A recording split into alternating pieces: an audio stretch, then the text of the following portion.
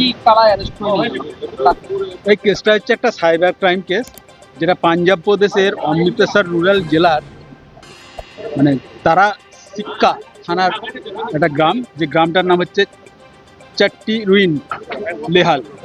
এই গ্রামের বাসিন্দা রণদীপ সিং সে একটা অভিযোগ করে যে গত ইংরেজি 24/8/2020 সালে 1:11 নাগাদ একটা ফোন যায় তার কাছে। সেই ফোনের মাধ্যমে তাকে বিভিন্নভাবে তা কনভিন্স করে এবং তার ব্রেনটা ওয়াশ করে তার কাছ থেকে ওটিপি নিয়ে নেয় এবং তার ব্যাংক অ্যাকাউন্ট থেকে 5,27,000 টাকা উইথড্র হয়। এই অভিযোগটা সে তারা শিক্ষা থানাতে অভিযোগটা দায়ের করে, যার পরিপ্রেক্ষিতে তারা শিক্ষা থানা BS case number 163 dated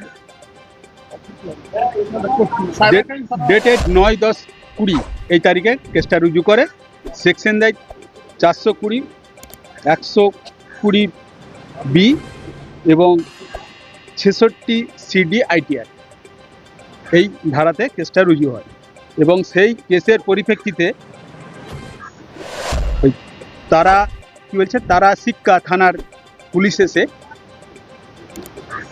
Sainthia থানার অধীন হটপলসা খুলুর গ্রাম থেকে মোতাহার হোসেন শেখ নামে এই ব্যক্তিকে আজকে অ্যারেস্ট করে কোর্টে তোলায় এবং ট্রানজিট রিমান্ডে নেওয়ার জন্য প্রেয়ার করেন 28/7 পর্যন্ত এবং সেটাই কোর্ট অ্যালাউ করে 28/7 পর্যন্তই ট্রানজিট রিমান্ড অ্যালাউ করেছেন এবং ওই তারিখের মধ্যে ওখানে প্রোডাকশন করে একটা কমপ্লেন্স অর্ডার এই কোর্টে পাঠাতে হয়েছে।